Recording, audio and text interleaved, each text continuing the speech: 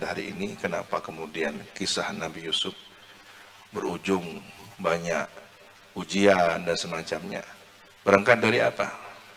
Dari informasi yang seharusnya terbatas bocor, kan begitu ya.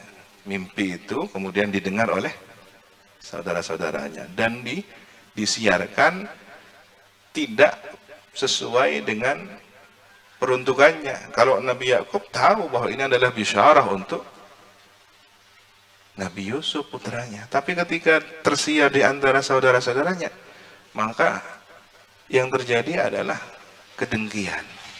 Nah, ini hikmah yang perlu direnungkan. Hati-hati antum juga ya, para umana, sesuatu yang dibicarakan di suatu majelis, keputusan rapat, walaupun itu sudah resmi, sudah apa, tapi sekiranya ketika disebarluaskan menimbulkan sesuatu yang mengkhawatirkan, ya kalau semua orang sama dengan kita, tapi tidak semua orang sama dengan kita, ya majelis itu ada amanahnya. Apa? Menjaga rahasia, kerahasiaan keputusan yang ditetapkan. Misalkan pesantren, kami memutuskan tentang perencanaan kembalian santri. Ada hal yang pantas diketahui oleh orang banyak, publik, ada yang tidak pantas. Ada yang mungkin perlu dievaluasi lagi karena perubahan kebijakan pemerintah sehingga perlu revisi keputusan, ada yang tidak, boleh dilanjutkan seterusnya. Nah, kalau kemudian berita ini disebarkan seperti yang sudah terjadi, belum tabayun, apalagi cara share-nya juga tidak diklarifikasi, mendapatkan restu resmi dari pesantren, apa nggak kemudian bisa salah paham? Maka hentikan kebiasaan men-share tanpa tabayun, kan, gitu ya. Jika terkait hal-hal yang memang sangat penting dan rawan disalahpahami. Ya. Keputusan rapat internal pesantren kemudian disebarluaskan. Ada hal-hal yang strategis. Nah, itu kan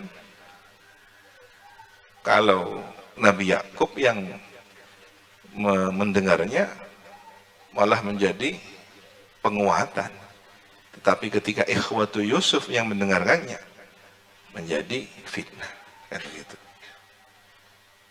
Nah, untuk menyeleksi apakah kita ini menyampaikan kepada orang yang berkarakter Nabi Yakub,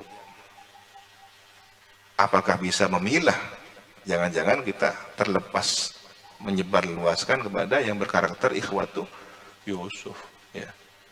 Tolong hentikan, tidak biasa menyebarluaskan suatu hasil rapat tanpa mengevaluasi, melihat, meneliti ulang, layak tidak layak, beresiko, strategis, penting, rahasia atau umum, kecuali setelah ada klarifikasi resmi.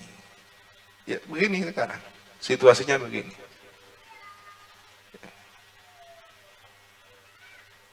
Manusia mahalul khata' wan nisyan. Tetapi kalau kemudian terus kebablasan dan menjadi suatu hal yang terbiasa, ini tidak baik. Ini penting saya sampaikan terkait adanya kebocoran informasi tentang kembalian santri. Berita itu seharusnya tidak menyebar luas, karena meskipun sudah ditandatangani, kita akan melihat situasi kondisi ke depan. Hari ini tidak sama 10-20 hari ke depan, tidak sama 30 hari ke depan. Ya, bagaimana di bulan Syawal? Ya, pasti akan ada pertimbangan lagi. Mohon menjadi maklum kepada semua pihak. Ya, demikian, jazakumullah ahsanal jaza. Barakallahu fikum. Assalamualaikum warahmatullahi wabarakatuh.